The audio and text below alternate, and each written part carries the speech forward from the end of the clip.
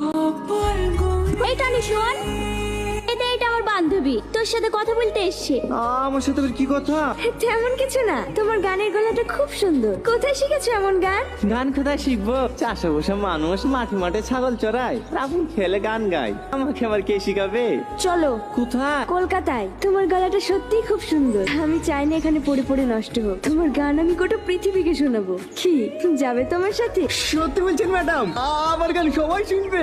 হ্যাঁ ম্যাডাম না, আমার নাম ঋদ্ধি, তুমি আমাকে বন্ধু বলতে পারো। বন্ধু?